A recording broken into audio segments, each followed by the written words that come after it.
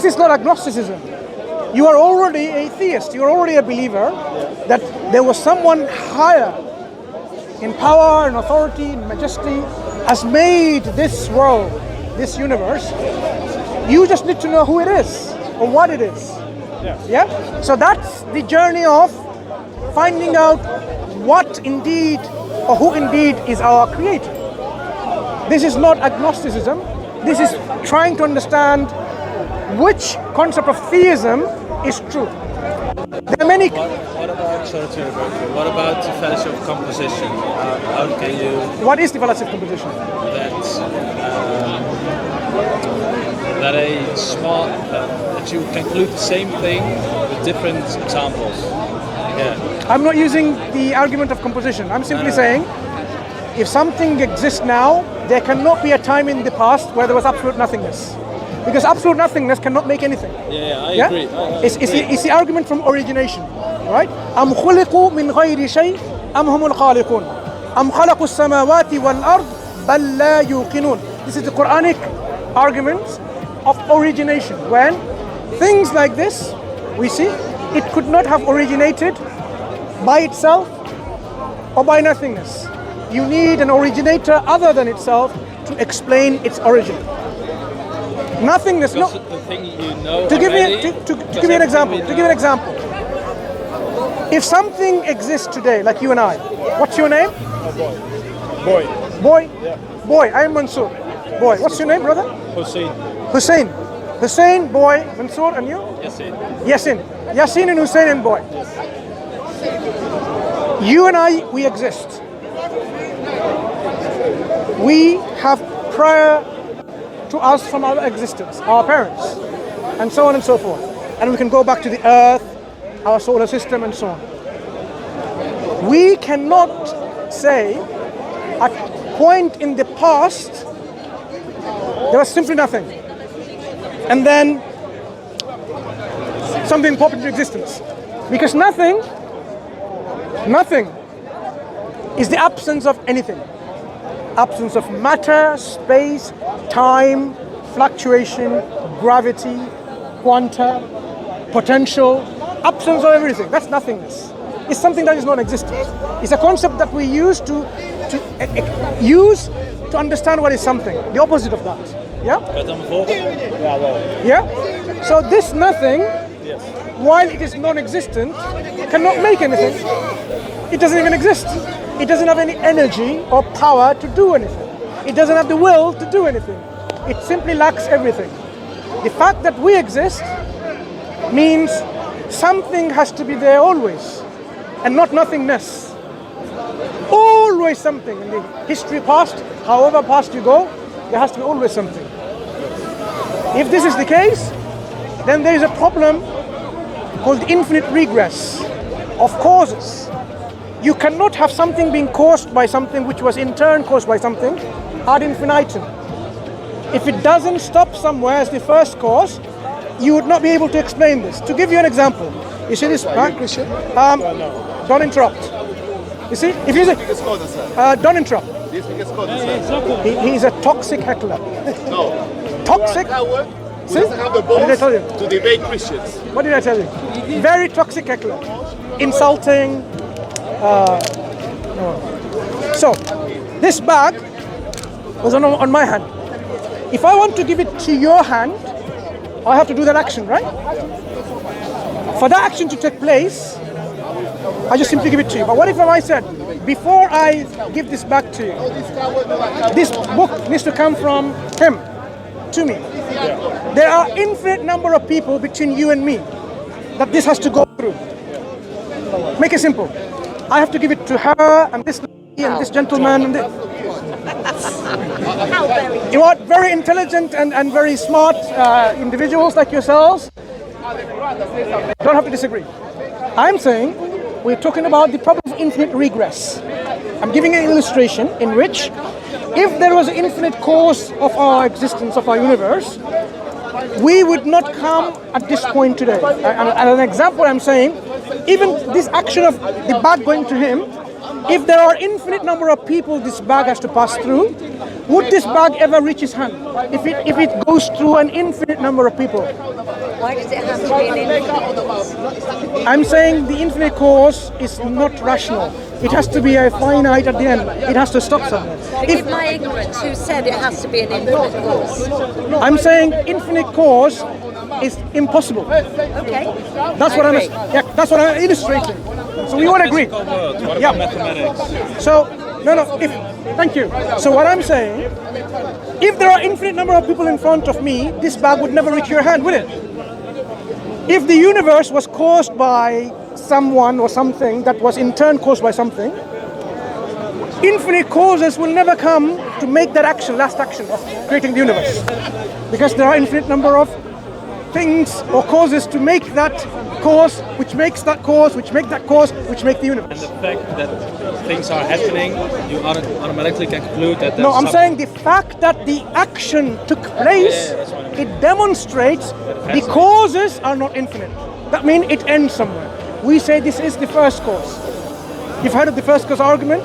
It's just another way of using it. So there is a first ever cause. Prior to this, there is no other cause necessary. Because what we call is the necessary explanation, the necessary reason, the existence, the independent necessary. I have to translate it in Dutch, by the way, but how can you conceptualize necessary? It's Allah subhanahu wa ta'ala, it's the only necessary thing. But how can you conceptualize a necessary being? How do you know? Has to be necessary. Everything else is not necessary. And because they're not necessary, look, Because everything. you could have been created as a woman, right? You could have been created as a man from Pakistan or India or Indonesia or somewhere else, right? You could have been created. But the only thing we. Do you understand? Yeah. You are not necessary to be in the way you are. Yeah, sure. Because of all of these things that we see, we call them contingent. They don't have to be necessarily like that. They could be otherwise. Why does it have to be? Why does it have to be an upset?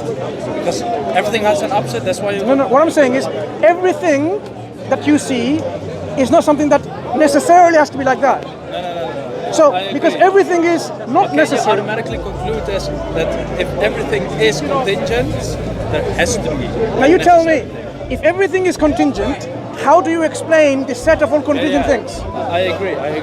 Then it has to rely on something which is not contingent. So that's why we talk about the independence, the aseity, the sovereignty, the self-sufficiency of our Creator, who is not dependent on anything. He is the one from which all cause and effect comes through, and he is not someone who is caused. There's no prior explanation necessary for him. He is the necessary cause for everything. That is something that makes sense intellectually and rationally. So when we talk about, the reality of things, there are various ways we can be sure that the concept of a necessary existence who is self-sufficient and one makes sense. You cannot have two self-sufficient, independent cause or creators. Het volgen? You cannot have two of them. Do you agree or disagree? Yeah, I tried to translate because we don't have to really have a word in Dutch that's equivalent to maybe necessary. That's why I asked, can you conceptualize? Has to be. Yeah, of course. So, And use an example. That's why. to give you an example of how independent and self-sufficient beings will have conflict of will. They will have a conflict of will. So if you have a car, do you drive? Do you drive? Yeah. Right. His car has two steering wheels, two gears, gas and everything, accelerator and so on, brakes. Now, is it Hussein? Hussein wants to take the car this way. Boy wants to take the car after having learned how to drive that way. Which way is the car going to go? You have a conflict of will. You have a conflict. Because if both of you are independent drivers, you say, I'm not going to listen to you. I have my full control, full autonomy. I am in control. I will take it this way. You're saying, I'm in control. I have full autonomy. I'm going to take this car this way. You'll have a problem. The car is not going to go both ways. So when you have a conflict, how do you solve it? This conflict demonstrates you cannot have two autonomous agents, two independent, self-sufficient agents, or gods, or creators. They will be imagine now, for the sake of argument, Can you just to explain. Because X doesn't happen, you can No, automatically. let me give you an example. One God says, I don't like Hussein. Destroy. Is he able to do that? He's able to do that. He is able to make you disappear from existence because he's all powerful. Because he is in control, he can do that. Imagine, there's another God who is also all powerful. He says, I like Hussein. I want him to live. What's going to happen to Hussein? Is he going to be totally annihilated, destroyed from existence, or is he going to keep on living? Conflict of will. Possibility is not going to happen. Either you are totally destroyed, but that means the one God who is supposedly all-powerful is not God anymore because he failed to keep you living. Do you follow this argument? Yeah, I follow, but you do not. That was not our question. What was your question? There is Yeah, I agree. My question was, just because you don't see X, can you automatically conclude Y? No, we're not doing this X and Y argument. Because it's impossible that there are two most powerful things, or like you said, infinite regress, because we don't. No, I'm saying you observe the universe, and the universe itself demonstrates to you that there is no two self-sufficient, independent, absolute creators in action. Had there been two, the world would have been in chaos and corruption and ruin. One God would say, as I give an example, I don't like Hussein, I want to destroy him. He's able to do that. But another God says, I like him.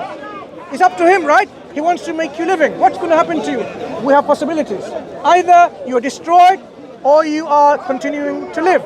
Either way, there can only be one of those creators whose power has been in action. And the other one failed. The one who kept you alive means the one who wanted you to die is not all-powerful, not absolute, not self-sufficient, not independent, not absolute. You cannot have two absolute beings. This is just an example to illustrate. That means, boy, the belief system in which people talk about multiple gods and multiple deities, polytheism, we can disregard it because that cannot be true. Because polytheism is irrational. Believing many gods is irrational. Multiple gods is irrational. You should ask everything you say after the sentence, just after, if you're on the same line. Did you understand so Yeah, far? I do understand, yeah. Good. So the belief that now we want to look as a theist, a believer in a creator, there has to be a concept around in which it tells you there is one absolute creator, one God, one absolute independent self-sufficient, someone who is totally unique and different from all the other creation, because creation by definition is limited and finite and dependent and so on. Has to be totally different. And guess what? We have some religion which claims that, and this is Islam. Islam says, in a summary, in chapter 112 of the Quran, called Surah Al-Ikhlas, say, He is Allah, the One, the self-sufficient, master of whom all creatures need. He neither eats nor drinks. He is independent and self-sufficient. He is not begotten. He is not someone who begets. There is nothing co-equal or comparable unto him. Okay, but if this was in the Bible, then you have conflict, right? How can you make that? Before we go, we need to understand one thing. We now have a scripture, a book from claiming to be God, which you now know it makes sense. That's what I'm expecting the God to be. And it tells you God is one and unique and absolute, independent, self-sufficient. He is not born. He doesn't produce children and someone like him anymore. And it is unlike anything. No co-equals, no comparison, no likenesses. Do you follow so far? Yeah, I do. Right. So this is something that we need to take seriously, because now we know, having accepted that there is a creator, and this book seems to be in line with my understanding, my heart and my mind is in line with it. So this has given me enough reason to look further into this belief system. Bible, you said. What does the Bible say about God? Let's scrutinize, like you'd scrutinize what the Quran says about God. Let me give you an example from the Bible. Wat is jouw precieze vraag eigenlijk? Hij liet een bericht zien van dat wat in de Koran stond. Dat hij dat God de enige God is. Maar ik zeg van ja, als dat bijvoorbeeld in de Bijbel zou staan, dan heb je nog steeds een conflict. Hoe ga je dat soort van dan... Zo'n conflict als het staat... Nee, kijk bijvoorbeeld... I will say it in English. Yeah. Or Dutch, and you can translate. Yeah. So if in the Quran it says Allah is the absolute. You say it in Dutch and then you translate back. Kijk, in de Koran staat Allah is de enige God en zo. Maar als je dat bijvoorbeeld in de Bijbel ook zou hebben, wat wij al de eerste voor hadden we toch een conflict. Is it the problem? Is it conflating if in Surah Al-Ikhlas it says it's one true God, and if the Bible says it too, is it conflating? It's not, because it's in line. If it's not in line, if the Bible says something different, if it's in line. In line, yeah. If it's in line, we need to know exactly what the Bible is saying. We have to independently, on its own merit, investigate and look into the whole Bible and see what gives the picture. Because to us Muslims, we don't believe the Quran is the first and the last guidance book from God. It's not the first one. We believe God has sent prophets and messengers in the past. Some of those prophets and messengers came to the Jewish people who recorded their teachings in their scripture. They call it Bible or the Tanakh or the Torah and the Nabiyim, Ketubim and so on and so forth. But we also know they also distorted, changed, corrupted that message that was given to them. They changed a lot. So that's why you cannot take that information and say, I can accept that, because this is something that is changed. You have to now find information from God which is giving you an authentic information, unchanged, so you can follow that for your life, for your guidance. An example, I was looking at the sky and I couldn't see a rainbow. But rainbow sometimes appears in the sky. Do you know why rainbows are there, according to the Bible? No. Right. So at one point, God destroyed humankind. This is the biblical account. And then he made a covenant with the people who survived. Noah and his family, some people of his family and his followers. And he says, from now on, I am not going to destroy whole of mankind altogether. Okay? And I make this contract with you. I make a covenant. And a sign of this covenant is I'm going to put a rainbow in the clouds. So next time in the future, when I am about to destroy mankind again wholesale, and I look at the clouds and I see the rainbow, I will remember my covenant. So then he will say, and now stop destroying mankind. Now ask yourself, God needs to be reminded by a rainbow of a contract that he made some point in the past. That doesn't sound like God is self-sufficient in his knowledge and perfect in his knowledge, absolute in his knowledge. It's a deficient God. That's why we have to say this information that's in the Bible is not from God.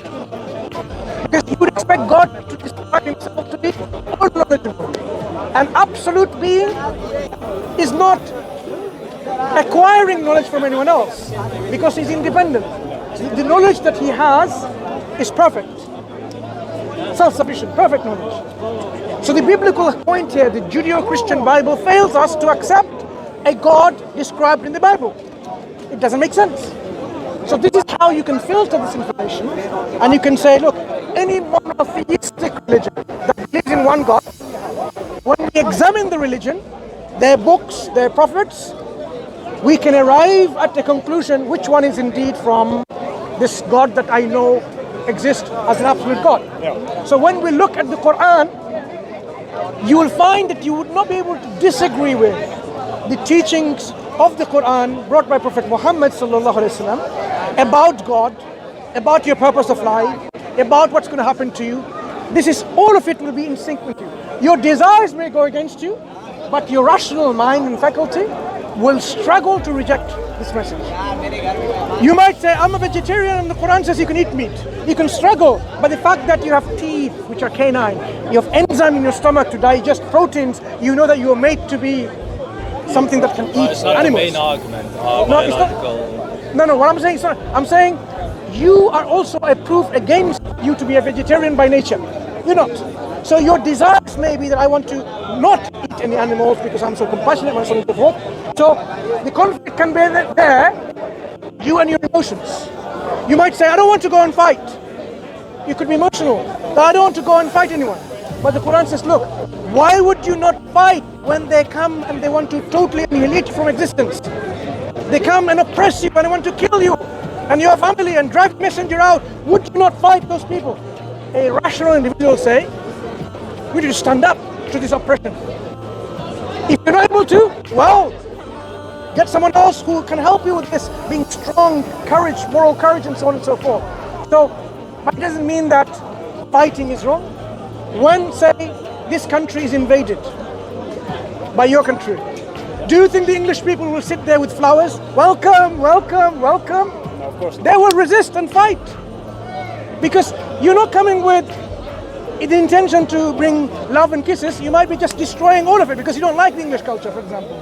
You say, oh, we're going to destroy all of the English culture and we're going to put our Danish culture in here. English people they ought to defend themselves. Not Danish. Where are you from? Netherlands. Netherlands. Dutch. Apologies. Right. So you see what the problem is? Yeah. The English people would try, not in English, even the Scottish and the Irish and so on, they'll try to unite to defend from being annihilated of their life, of their honor, of their dignity, of their culture, and so on and so forth, right? But the World War II having the same thing, united together in front of Hitler. That doesn't. Yeah. So we see that certain times our desires can come into play to conflict with the Quran, but if you look at the Quranic message, the message it gives you about your life and the guidance of your life, you would not be able to disagree with it intellectually, rationally. So that's why the Quran says, submit and surrender your will willingly and sincerely to Islam. So God wants you to become a Muslim by submission and surrender, not by force or coercion, not by compelling someone, but willingly, through knowledge and understanding, accepting it. So that is why we say Islam is the only choice for you boys, the only choice. If you think that you came in to speak a corner with your friends and now someone else is trying to make you Muslim, I'm only telling you that is the purpose of our life, to be submitting and surrendering to God. We were not created by God in just and mere play. You might be here to have fun. When you die, your friends are not going to help you to stop you from dying. When death comes, that's it. No matter my mother, my father, my friends, my community, they try, my doctor, when my appointed time comes of death, that's it. No one can stop death. So if I have a purpose... Specifieke vragen die je hebt, want ik merk dat het niet echt een dialoog wordt, maar meer een monoloog. Ja, this one wel. Like from all the religions, it's the Quran. We zeggen dat zoveel normen en waarden wel het meest.